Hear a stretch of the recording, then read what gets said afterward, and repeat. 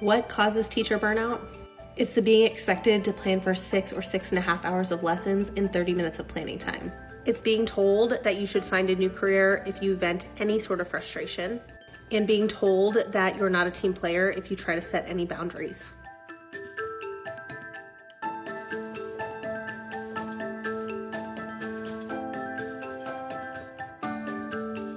I think that teachers want to feel heard. And a lot of times when teachers share their frustrations or they share what is difficult about their job, they're met with comments about, oh, but you get summers off. Oh, but you chose this profession. Oh, but you need to do this for the kids. When teachers are sharing what they're sharing, they're not doing it for pity. They're doing it because they want to feel seen as a professional. They want to feel supported.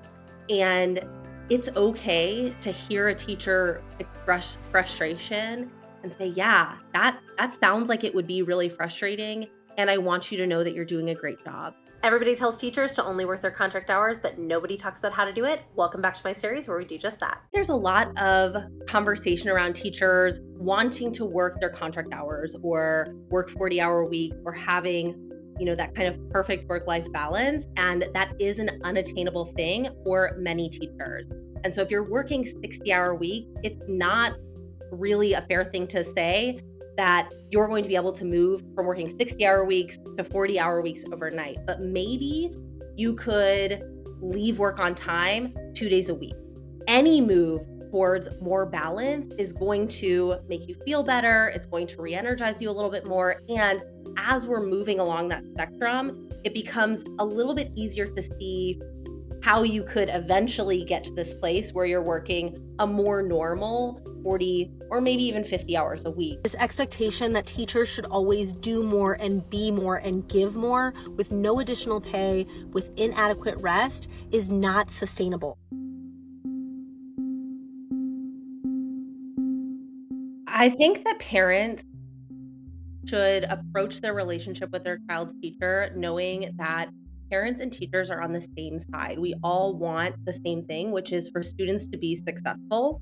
And at the same time, in order for teachers to be able to best support every student, they need to be able to recharge from their day. And so what that means is that if you're reaching out to a teacher, you have the same level of expectation that you have in a work setting, right? If you're receiving an email for your job, for example, you're not expected to respond to it immediately. You're not expected to respond to it at 9 o'clock at night, 10 o'clock at night, or on the weekends. Having the same grace that you expect in your own job with your child's teacher and assuming the best, assuming that your child's teacher is on the same side as you can be really helpful in helping teachers to have manageable work-life boundaries so that they're able to give everything to their students.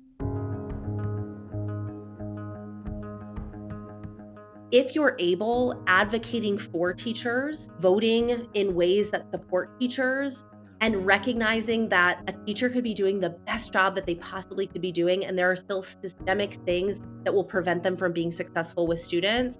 I think that would go a long way in helping teachers to feel heard and ultimately helping teachers to better support students, because there need to be systemic changes for education to improve for every student.